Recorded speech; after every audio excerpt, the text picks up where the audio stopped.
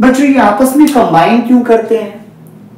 इनका तो electronic configuration complete है, सोडियम आयन का, क्लोरीन आयन का भी इलेक्ट्रॉनिक कॉन्फ़िगरेशन कंप्लीट है, फिर ये आपस में कंबाइन क्यों करते हैं? बच्चों इनका इलेक्ट्रॉनिक कॉन्फ़िगरेशन कंप्लीट है, लेकिन ये और भी ज्यादा स्टेबल हो सकते हैं अगर ये कंबाइन करके सॉलिड फॉर्म में आ जाए। याद रखना बच्चों, कोई भी सिस्टम स्टेबल तब होता है जब वो अपने सबसे मिनिमम एनर्जी लेवल पर हो। ठीक है, मतलब यहां पर इस सिस्टम ने कुछ एनर्जी रिलीज किया होगा, कुछ एनर्जी लूज किया होगा। ये आपस में कंबाइन क्यों करते हैं? स्टेबिलिटी पाने के लिए।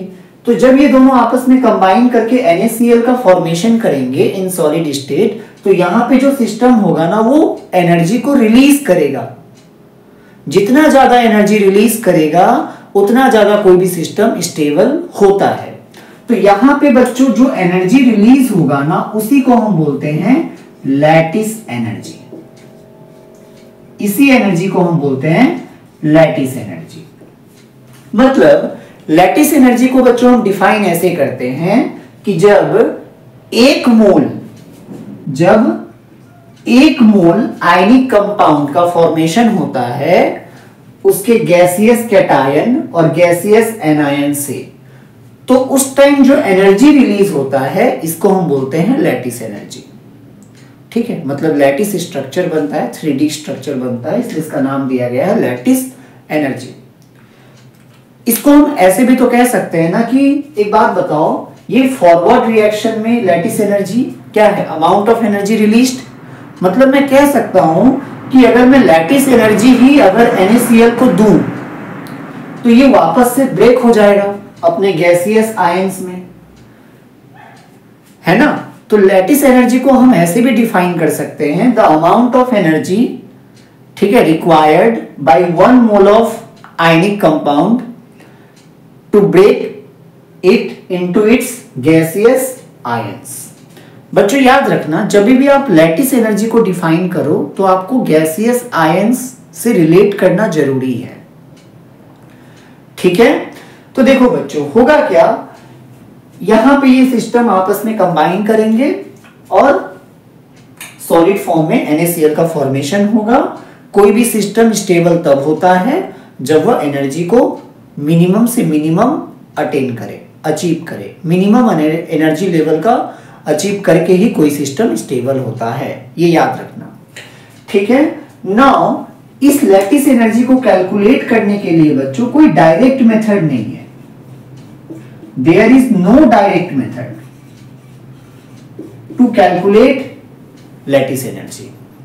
हाँ, इसके लिए हम क्या करेंगे, इनडायरेक्ट मेथड को यूज करते हैं। अब वो जो इनडायरेक्ट मेथड है, इसके लिए बच्चों इनडायरेक्ट मेथड यूज किया जाता है एंड दैट इज बॉर्न-हेवर साइकिल। ठीक है, आपने किताब में पढ़ रखा होगा बॉर्न-हेवर साइकिल, बट आपको यही नहीं पता कि बॉर्न-हेवर साइकिल क्या क्यों यूज होता है।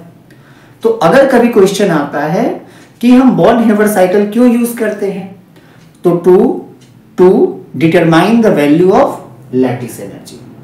हम लैटिस एनर्जी के वैल्यू को डिटरमाइन करने के लिए बॉर्न-हेवर साइकिल का यूज करते हैं। क्लियर? हालांकि बॉर्न-हेवर साइकिल को यूज करके हम electron affinity, ionisation energy, sublimation energy, heat of formation, जिसको आप हीट ऑफ इंथैल्पी भी बोलते हो, वो सब भी हम कैलकुलेट कर सकते हैं। But specially Born Haber cycle lattice energy को डिटरमाइन करने के लिए बनाया गया। ठीक है, तो अब हम देखने जा रहे हैं बच्चों कि बॉर्न-हेवर साइकिल क्या है। इससे पहले हमें कुछ एनर्जी का टर्म्स को समझना पड़ेगा, जैसे हीट ऑफ फॉर्मेशन, जिसको आप हीट ऑफ इंथैल्पी भी बोलते हो। क्लियर? तो अब हम देखने जा रहे हैं बच्चों हीट ऑफ फॉर्मेशन क्या होता है। ध्यान से सुनोगे, काफी इंपॉर्टेंट है। इसको हम बोलते हैं इंथैल्पी ऑफ फॉर्मेशन। इसको इंथैल्पी ऑफ फॉर्मेशन भी कहा जाता है। Clear? Heat of formation, heat of formation. इसको हम डिनोट करेंगे बच्चों, that is H for heat of formation. Clear? देखो हीट ऑफ फॉर्मेशन क्या होता है? हीट ऑफ फॉर्मेशन बच्चों, जब एक कंपाउंड बनता है, जब एक कंपाउंड का फॉर्मेशन होता है, तो जो एलिमेंट्स कंपाउंड को फॉर्म करते हैं, वो एलिमेंट्स अगर अपने प्योर और स्टेबल स्टेट में हैं, मतलब एलिमेंट जो नेचुरली एग्जिस्ट करते हैं जिस स्टेट में, जब उस स्टेट में जब दो एलिमेंट्स कोई कंपाउंड को फॉर्मेशन करते हैं, तो उस टाइम जो एनर्जी रिलीज होता है वो होता है हीट ऑफ फॉर्मेशन। क्या होता है heat of formation? Amount of heat released when a compound is formed, amount of heat is formed when a compound is formed from its element in pure and stable state। ठीक है? तो देखो बच्चों ध्यान दो यहां पे, from its elements in pure and stable state. यहां पे लैटिस एनर्जी से डिफरेंट है। लैटिस एनर्जी में क्या था? आयनिक कंपाउंड अपने गैसियस एनायन और गैसियस कैटायन के कॉम्बिनेशन से बनता था और स्टेबिलिटी पाने के लिए सिस्टम एनर्जी रिलीज करता है। तो वहां पे जो एनर्जी रिलीज हो रहा था उसको हम बोलते हैं लैटिस एनर्जी। यहां पे बच्चों क्या है, देखो कंपाउंड का फॉर्मेशन तो होगा, लेकिन जो एलिमेंट्स होंगे जो मिलकर कंपाउंड को बना रहे हैं वो अपने नेचुरल स्टेट में होंगे, मतलब वो स्टेट जिसमें वो एग्जिस्ट करते हैं, जिसमें वो मिलते हैं नेचुरली। कहने का मतलब हो गया, जैसे फॉर एग्जांपल सोडियम। बच्चों सोडियम किस स्टेट में मिलता है? सॉलिड स्टेट में। हमें पता है सोडियम जो होता है वो सॉफ्ट सॉलिड होता है, जिसको आप चाकू से भी काट सकते हो, जैसे केक काटते हो ना वैसे सोडियम को भी काट सकते हो। ठीक है? इसके बाद क्लोरीन, ये तो गैसियस स्टेट में होता है। क्लियर? और ये आपस में फॉर्म करते हैं NaCl इन सॉलिड स्टेट। मैं यहाँ बैलेंसिंग पे ध्यान नहीं दे रहा हूँ, ठीक है? आप चाहो तो कर सकते हो, यहाँ पे हाफ लगा दो, बट मैं बैलेंसिंग पे ध्यान नहीं दे रहा हूँ। तो देखो बच्चों, सोडियम सॉलिड स्टेट में नेचुरली ऑकर करता है, नेचुरली मिलता है। क्लोरीन गैसियस फॉर्म में होता है। बैलेंसिंग के लिए मैंने हाफ लगा दिया यहाँ पे, और फॉर्मेशन होता है NaCl का। क्लियर? इस समय बच्चों इस रिएक्शन में आप जो यहाँ पे हीट लिखोगे, इसी को हम बोलते हैं हीट ऑफ फॉर्मेशन। मतलब इस रिएक्शन में जो हीट एनर्जी रिलीज होगा, इसको हम बोलते हैं हीट ऑफ फॉर्मेशन। क्लियर? अब हम देखने जा रहे हैं कि हीट ऑफ फॉर्मेशन ये जो है, इसमें और लैटिस एनर्जी में क्या रिलेशन है। समझ में आया? लैटिस एनर्जी क्या है? जब आयनिक कंपाउंड बने अपने गैसियस कैटायन और गैसियस एनायन के कॉम्बिनेशन से, उस टाइम जो एनर्जी रिलीज होता है उसको हम लैटिस एनर्जी बोलते हैं। अगर मान लो कोई कंपाउंड का फॉर्मेशन होता है उसके एलिमेंट से, जहां पे एलिमेंट्स जो हो वो अपने प्योर एंड स्टेबल स्टेट में हो, मतलब अपने नेचुरल स्टेट में हो, अपने नेचुरल फॉर्म में हो, जिस स्टेट में वो नेचुरली पाए जाते हैं, तो इस रिएक्शन में जो हीट एनर्जी रिलीज होगा इसको हम बोलेंगे हीट ऑफ फॉर्मेशन। क्लियर? अब हम देखने जा रहे हैं relation between lattice energy and heat of formation, और इसके साथ ही फाइनली हमें वो इक्वेशन मिलेगा जिस इक्वेशन को यूज करके आप लैटिस एनर्जी कैलकुलेट कर सकते हो। क्लियर? तो इसके लिए भी हम सेम एग्जांपल लेंगे सोडियम क्लोराइड का। इसके लिए भी सेम एग्जांपल लिया जाएगा सोडियम क्लोराइड का। तो देखो बच्चों,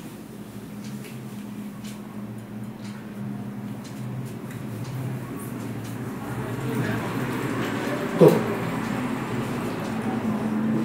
सोडियम नेचुरली सॉलिड स्टेट में होता है, plus chlorine naturally gaseous state में होता है, और ये आपस में कंबाइन करके सोडियम क्लोराइड जो कि सॉलिड स्टेट में। इस रिएक्शन में बच्चों जो एनर्जी रिलीज होगा उसको हम बोलते हैं हीट ऑफ फॉर्मेशन। क्लियर? अब देखो होगा क्या असल में बच्चों, सोडियम और क्लोरीन डायरेक्टली तो कभी भी कंबाइन करेंगे नहीं, ये तो हमें पता है। सबसे पहले हमें क्या करना पड़ेगा, सोडियम को आयोनाइजेशन एनर्जी देना पड़ेगा, लेकिन सोडियम यहां पे सॉलिड स्टेट में है। याद करो आयोनाइजेशन एनर्जी का क्या डेफिनेशन था, the amount of energy required by an isolated gaseous atom to remove one electron, है ना। एक आइसोलेटेड गैसियस एटम से एक इलेक्ट्रॉन को निकालने के लिए उसको जितना एनर्जी देना पड़ेगा वो है आयोनाइजेशन एनर्जी। लेकिन यहां पे जो सोडियम है वो तो सॉलिड स्टेट में है, मतलब हमें सबसे पहले इसको गैसियस स्टेट में लाना पड़ेगा, और हमें पता है सॉलिड से गैसियस स्टेट में लाने के लिए कौन सा एनर्जी देना पड़ता है, कौन सा, सब्लिमेशन एनर्जी। कौन सा एनर्जी देंगे सबसे पहले इसको, सब्लिमेशन एनर्जी। तो ये एनर्जी इसको देना पड़ेगा, मतलब ये एब्जॉर्ब करेगा, तो जो देना पड़ेगा डेट इज इसको हम लेंगे प्लस, क्योंकि ये हम उसको दे रहे हैं। ठीक है, अब आ गया सोडियम गैसियस स्टेट में। क्लियर? समझ में आ रहा है ना। अब हम इसको देंगे बच्चों आयोनाइजेशन एनर्जी, ताकि सोडियम जो हो वो एक इलेक्ट्रॉन को लूज करे। तो ये बन गया सोडियम आयन, और हमने इसको क्या दिया, आयोनाइजेशन एनर्जी। हाँ, ये भी प्लस में होगा क्योंकि ये भी देना पड़ेगा उसको। अब आ जाओ बच्चों क्लोरीन पे, तो क्लोरीन तो ऑलरेडी गैसियस स्टेट में है। हाँ, तो यहां पे देखो क्लोरीन बैलेंसिंग के लिए बच्चों यहां पे हाफ लगा देते हैं सबसे पहले तो। ठीक है, यहां पे देखो बच्चों क्लोरीन का एक मोल नहीं है, यहां पे क्लोरीन जो है वो मॉलिक्यूल फॉर्म में है। हमें तो बस एक क्लोरीन का एटम चाहिए, गैसियस एटम चाहिए, है ना। तो हम क्या करेंगे, सबसे पहले इस क्लोरीन का जो बॉन्डिंग है Cl का Cl2 में जो बॉन्डिंग है उस बॉन्ड को तोड़कर क्लोरीन को अलग करेंगे, मतलब हम इसको देंगे बॉन्ड डिसोसिएशन एनर्जी। बच्चों बॉन्ड डिसोसिएशन एनर्जी वो एनर्जी होता है जो एक मोल कंपाउंड को दिया जाता है उसके बॉन्ड को ब्रेक करने के लिए। हालांकि यहाँ पे एक मोल नहीं है, हाफ है, तो हम बॉन्ड डिसोसिएशन एनर्जी भी कितना देंगे, हाफ। मतलब इसको बॉन्ड डिसोसिएशन एनर्जी देना पड़ेगा, तब जाके ये बनेगा Cl और रहेगा गैसियस स्टेट में। इतना क्लियर है? ठीक है, ये भी प्लस होगा क्योंकि ये भी इसको देना पड़ेगा। अब बच्चों एक बात बताओ, क्लोरीन क्या करता है, इलेक्ट्रॉन को गेन करता है ना, इलेक्ट्रॉन को गेन करता है। हमें पता है the amount of energy released by an isolated gaseous atom when one electron is added.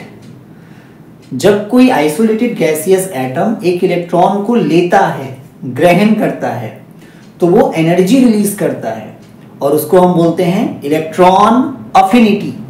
That means यहां पे इलेक्ट्रॉन अफिनिटी, ठीक है, एनर्जी रिलीज होगा, तो ये रिलीज होगा तो इसको हम लेंगे माइनस में, अब ये बन जाएगा Cl माइनस, मतलब इसने एक इलेक्ट्रॉन को गेन कर लिया। अब ये भी है गैसियस स्टेट में, ये भी है गैसियस स्टेट में, दोनों आपस में कंबाइन करेंगे, दोनों आपस में कंबाइन करेंगे और फॉर्मेशन होगा NaCl का, फॉर्मेशन होगा NaCl का। और फाइनली एनर्जी, एक और एनर्जी अभी रिलीज होगा जब ये आपस में कंबाइन करेंगे, इसी एनर्जी को हम बोलते हैं लैटिस एनर्जी। क्लियर? तो ये जो एनर्जी होगा बच्चों ये भी माइनस में होगा, क्लियर, क्योंकि ये भी रिलीज हो रहा है। तो ये जो आप साइकिल देख रहे हो ना, इसी को हम बोलते हैं बॉर्न हेवर साइकिल। इसी को हम बोलते हैं बॉर्न हेवर साइकिल। मतलब या तो आप एक रिएक्शन को ऐसे देखो, क्लियर, मतलब जब आप रिएक्शन को ऐसे लिख रहे हो कि जो रिएक्टेंट्स जो है, जो एलिमेंट्स जो हैं, वो अपने नेचुरल स्टेट में है, प्योर एंड स्टेबल स्टेट में है, तो इस टाइम जो आप हीट एनर्जी लिखोगे यहाँ पे, वो होता है heat of formation. But in reality वो प्रोसेस ये होता है ना, ऐसा देखो। मतलब सबसे पहले आप सोडियम को गैसियस स्टेट में लाओगे, सब्लिमेशन एनर्जी दोगे। ये कौन सा एनर्जी है? Sublimation energy. सबसे पहले सोडियम को सब्लिमेशन एनर्जी देना पड़ेगा, और ये ionisation energy.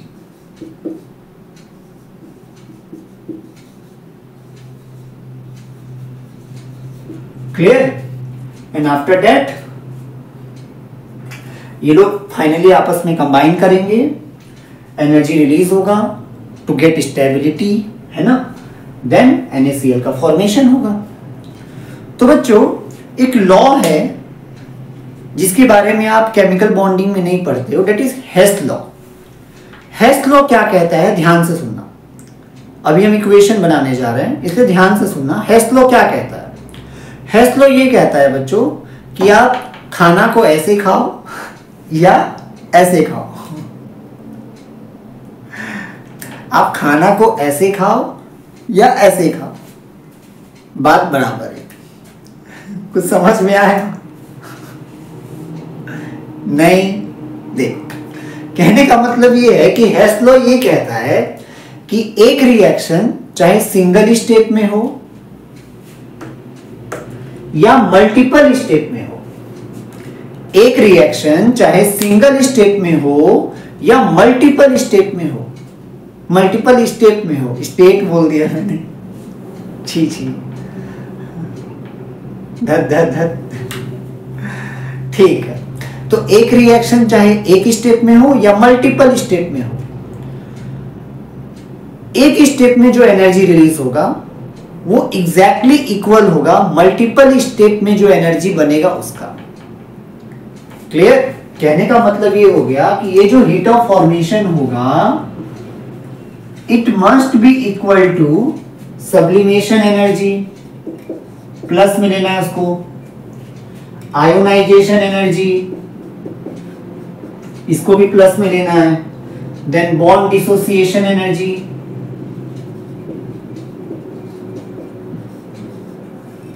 Then electron affinity, ये नेगेटिव होगा क्योंकि रिलीज हुआ है, लैटिस एनर्जी, ये भी रिलीज हुआ है तो नेगेटिव होगा। तो ये है वो रिक्वायर्ड इक्वेशन जिसको यूज करके हम कैलकुलेट करते हैं लैटिस एनर्जी को। ठीक है, देख लो, heat of formation equal to sublimation energy. हाँ, ये पर्टिकुलर रिएक्शन के लिए, अब इसको रट मत लेना कि ये हर रिएक्शन में यही होगा, नहीं, कभी नहीं। ठीक है, तो sublimation energy, ionisation energy, bond dissociation energy by 2 minus electron affinity upon lattice energy. होगा क्या बच्चों, देखो, हालांकि इस इक्वेशन को यूज करके हम लोग इसमें से कोई भी टर्म कैलकुलेट कर सकते हैं, बट स्पेशली बॉर्न हेवर साइकिल जो था ना, वो बॉर्न हेवर साइकिल जो है, ठीक है, वो लैटिस एनर्जी को डिटरमाइन करने के लिए है। ठीक है, हालांकि सवाल बनाने के कई तरीके हैं।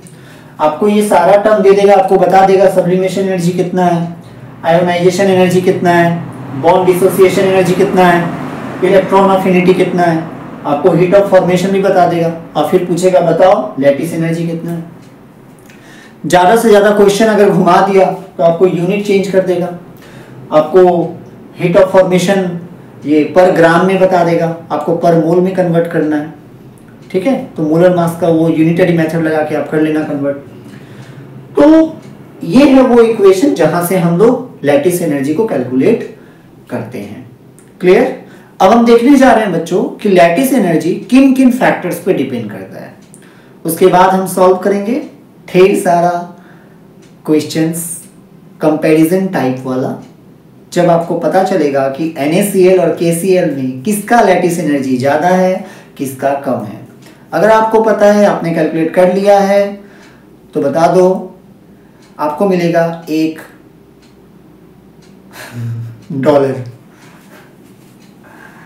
ठीक है, देखो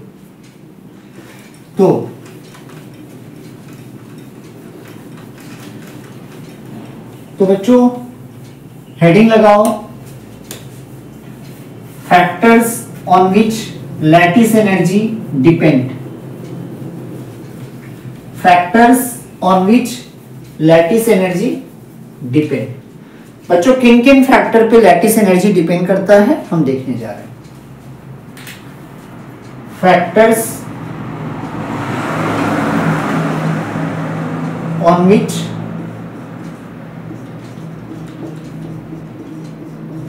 लैटिस एनर्जी डिपेंड्स। तो फिर से बच्चों हम लोग एक रिएक्शन ले लेते हैं समझने के लिए। तो Na+ gaseous state, Cl- gaseous state, combine करेंगे सोडियम क्लोराइड प्लस माइनस। ठीक है, सॉलिड स्टेट। ये प्लस माइनस नहीं भी दिखाओगे तो चलेगा, बट मैं दिखा रहा हूं, अभी इसका काम आने वाला है। और इस टाइम जो एनर्जी रिलीज होता है बच्चों, दैट इज लैटिस एनर्जी। एक बात बताओ, ये Na+ Cl- आपस में कंबाइन करते हैं, ठीक है। क्यों कंबाइन करते हैं? क्योंकि इनके बीच में इलेक्ट्रोस्टैटिक फोर्स ऑफ अट्रैक्शन काम करता है। इलेक्ट्रोस्टैटिक फोर्स ऑफ अट्रैक्शन काम करता है, तो वो फोर्स जितना ज्यादा होगा, ये दोनों एक दूसरे को उतना टाइटली पकड़ के रखेंगे, मतलब ये दोनों उतना ज्यादा स्टेबल होंगे। दैट मीन्स उतना ज्यादा एनर्जी रिलीज करेंगे ये, मतलब लैटिस एनर्जी उतना ज्यादा होगा। नहीं समझ में आया? देखो, ये सोडियम आयन और ये क्लोरीन, कैटायन और एनायन, ये आपस में क्यों कंबाइन किए? स्टेबिलिटी पाने के लिए। कोई भी सिस्टम स्टेबल तब होता है जब वो अपने मिनिमम एनर्जी लेवल पे हो, है ना। इनके बीच में काम करेगा इलेक्ट्रोस्टैटिक फोर्स ऑफ अट्रैक्शन। ये पॉजिटिव चार्ज, ये नेगेटिव चार्ज, दोनों अट्रैक्ट करेंगे।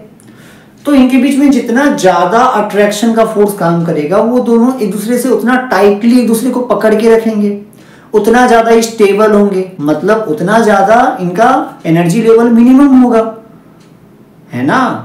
एनर्जी लेवल मिनिमम होगा कैसे?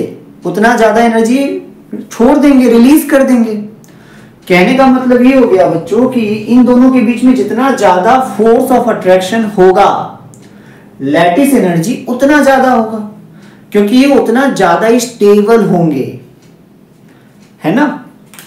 दैट मीन्स हम कह सकते हैं कि ये जो इलेक्ट्रोस्टैटिक फोर्स का जो वैल्यू है, जो आपने क्लास 10 में पढ़ रखा होगा शायद, अगर नहीं पढ़ा है तो देख लो, ये होता है बच्चों इलेक्ट्रोस्टैटिक फोर्स ऑफ अट्रैक्शन। ठीक है, फोर्स जो होता है वो दोनों चार्ज पे डिपेंड करता है। तो ये Q1 है सोडियम का charge, that is plus, sodium ion का चार्ज सॉरी प्लस, और ये Q2 है क्लोरीन आयन का चार्ज। ठीक है, और R जो है वो इनके बीच का डिस्टेंस, Na+ और Cl- के बीच का डिस्टेंस। तो एक बात बताओ, ये चार्ज जितना ज्यादा होगा, फोर्स उतना ज्यादा होगा, हमें पता है force is directly proportional to Q1 Q2, है ना। मतलब चार्ज जितना ज्यादा होगा, फोर्स उतना ज्यादा होगा, और जितना ज्यादा फोर्स होगा उतना ज्यादा वो दोनों कैटायन और एनायन एक दूसरे को पकड़ के रखेंगे, मतलब उतना ज्यादा स्टेबल होंगे, मतलब उतना ज्यादा लैटिस एनर्जी रिलीज होगा। तो फोर्स जितना ज्यादा, लैटिस एनर्जी उतना ज्यादा। क्लियर? समझ में आ गया? ठीक है, तो लैटिस एनर्जी बच्चों डायरेक्टली प्रोपोर्शनल होगा चार्ज के ऊपर। समझ में आ गया? किस पे चार्ज? कैटायन एंड एनायन, दोनों के लिए। ये हो गया बच्चों पहला फैक्टर, ये हो गया पहला फैक्टर। दूसरा देखो, force is inversely proportional to distance between the charge particle. मतलब दोनों आयन के बीच में जितना ज्यादा डिस्टेंस होगा उनके बीच का फोर्स उतना कम होगा। फोर्स कम होगा तो लैटिस एनर्जी कम रिलीज होगा। समझ में आ रहा है ना? देखो डिस्टेंस कब ज्यादा होगा बताओ? जब उनका साइज ज्यादा हो। कैसे? देख लो, जैसे मान लो दो आयन है, ये है प्लस, ये है माइनस, ठीक है? तो इनके बीच का डिस्टेंस कितना है देख लो, ये है इनके बीच का डिस्टेंस। मान लो अगर इनका साइज ज्यादा हो, मतलब इनका साइज बड़ा हो, जैसे ये, अब देखो, अब इनके देखो बीच का डिस्टेंस ज्यादा हो गया ना। साइज ज्यादा होने से दोनों के बीच का डिस्टेंस ज्यादा हो गया। डिस्टेंस ज्यादा होगा तो फोर्स कम हो जाएगा। फोर्स कम होगा मतलब लैटिस एनर्जी डिक्रीज हो जाएगा। तो इसका मतलब क्या हुआ? Second point, lattice energy is inversely proportional to size. किनका? दोनों के लिए, cation and anion. Lattice energy जो होता है वो कैटायन और एनायन का साइज का इनवर्सली प्रोपोर्शनल होता है। तो ये दोनों फैक्टर को कॉपी में साइड में अच्छे से लिख लो। अब हम जा रहे हैं बहुत इंटरेस्टिंग मजेदार क्वेश्चन सॉल्व करने के लिए, ठीक है? सो कॉपी कर लेना बच्चों इसको वीडियो पॉज करके। तो बच्चों अब हम करने जा रहे हैं कुछ इंटरेस्टिंग क्वेश्चंस। आई होप आपको समझ में आ रहा होगा। अगर नहीं आता है देन वीडियो को दोबारा देख लो, ठीक है? आपको जरूर समझ में आ जाएगा। फिर भी अगर नहीं आता है तो आप कमेंट कर सकते हैं और मैं दोबारा कोशिश करूंगा बनाने का इस पे वीडियो, कोई दिक्कत नहीं है। ऐसे भी अभी बज रहे हैं रात के 12:30, ठीक है? तो जिस दिन 2 बार वीडियो बनाना पड़ेगा उस दिन मैं शायद रात को 3 बज जाए, ठीक है? पढ़ाई में कभी समय नहीं देखा जाता। 3 बजे 4 बजे पढ़ाई होना चाहिए। तो बच्चों पहला फैक्टर क्या था? लैटिस एनर्जी डायरेक्टली प्रोपोर्शनल होता है चार्ज का। दूसरा, लैटिस एनर्जी इनवर्सली प्रोपोर्शनल होता है साइज का। क्लियर? बस इन्हीं दो रिलेशंस को यूज करके अभी हम सवाल सॉल्व करने जा रहे हैं। तो बच्चों sodium fluoride, magnesium fluoride, aluminium fluoride. चलो आपको बताना है कि इन तीनों कंपाउंड में से sodium fluoride, magnesium fluoride, aluminium fluoride किसका लैटिस एनर्जी ज्यादा है और किसका सबसे कम। कर लिया? देखो बच्चों, देखो तीनों में एनायन सेम है। कैटायन के लिए देख लो, सोडियम, मैग्नीशियम, एल्युमिनियम तीनों नेबरिंग है, नेबरिंग एलिमेंट्स हैं, राइट? तो साइज ज्यादा साइज फैक्टर तो काम नहीं करेगा यहाँ पे, क्योंकि एक के बाद एक नेबरिंग एलिमेंट्स है। चार्ज है बच्चों इसके ऊपर प्लस, इसके ऊपर 2 प्लस, इसके ऊपर 3 प्लस। देख लो चार्ज का डायरेक्टली प्रोपोर्शनल होता है लैटिस एनर्जी, मतलब ये हो गया करेक्ट सीक्वेंस, ठीक है? कितना इजी है ना? नेक्स्ट क्वेश्चन ले लो जो मैंने पूछा था आपसे स्टार्टिंग में, सोडियम क्लोराइड, पोटासियम क्लोराइड। तो आपके पास दो कंपाउंड है, सोडियम क्लोराइड, पोटासियम क्लोराइड। आपको बताना है किसका लैटिस एनर्जी ज्यादा है। कर लिया? देखो बच्चों दोनों में एनायन सेम है। कैटायन को देख लो, चार्ज इस पे भी प्लस, इस पे भी 1 प्लस, चार्ज भी सेम है, मतलब चार्ज वाला फैक्टर यहां पे काम नहीं करेगा। साइज वाला देख लो, तो सोडियम कैटायन, सोडियम और पोटासियम, हमें पता है बच्चों down the group size increase करता है, मतलब पोटासियम का साइज बड़ा होगा, सोडियम का छोटा होगा। साइज छोटा होगा मतलब लैटिस एनर्जी ज्यादा होगा, दैट मींस इसका लैटिस एनर्जी ज्यादा, इसका कम। Clear? Third question,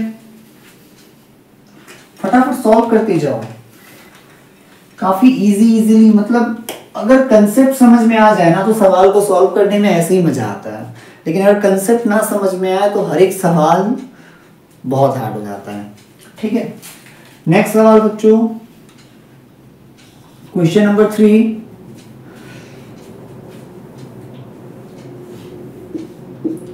Li2O Li3N। चलो फटाफट सॉल्व करो। आपके पास दो कंपाउंड गिवन है, ठीक है, lithium dioxide, lithium try nitrite. आपको बताना है किसका लैटिस एनर्जी ज्यादा है, किसका कम। तो बच्चों देखो दोनों में कैटायन सेम है। अब एनायन देख लो, एनायन बच्चों सेम पीरियड से हैं, मतलब इनका साइज में ज्यादा डिफरेंस नहीं है। चार्ज फैक्टर देख लो, O पे होता है 2-, N पे 3-। चार्ज इस पे ज्यादा, चार्ज ज्यादा तो लैटिस एनर्जी ज्यादा। ये हो गया करेक्ट सीक्वेंस, इजी है ना। नेक्स्ट क्वेश्चन नंबर 4, चलो एक इंटरेस्टिंग सवाल देता हूं, करके दिखाओ। हर शाम आँखों पर तेरा चल लहराए। चलो सॉल्व करो, किसका लैटिस एनर्जी ज्यादा है, किसका कम है, सॉल्व करो। हर रात यादों की बारात ले आए। कर लिया, गाना मत सुनो, बहुत बेसुरा है। ठीक है, सोडियम फ्लोराइड मैग्नीशियम क्लोराइड। देखो बच्चों ध्यान दो, ये बहुत इंटरेस्टिंग है। ना तो दोनों में कैटायन सेम है, ना एनायन सेम है ना। आपके पास दो कंपाउंड गिवन है, सोडियम फ्लोराइड मैग्नीशियम क्लोराइड, ठीक है। किसका लैटिस एनर्जी ज्यादा है, किसका कम, ये बताना है। देखो तो अगर हम यहाँ पे देखें बच्चों कैटायन को, तो यहाँ सोडियम है मैग्नीशियम है, इस पे चार्ज है बच्चों प्लस, इस पे 2+।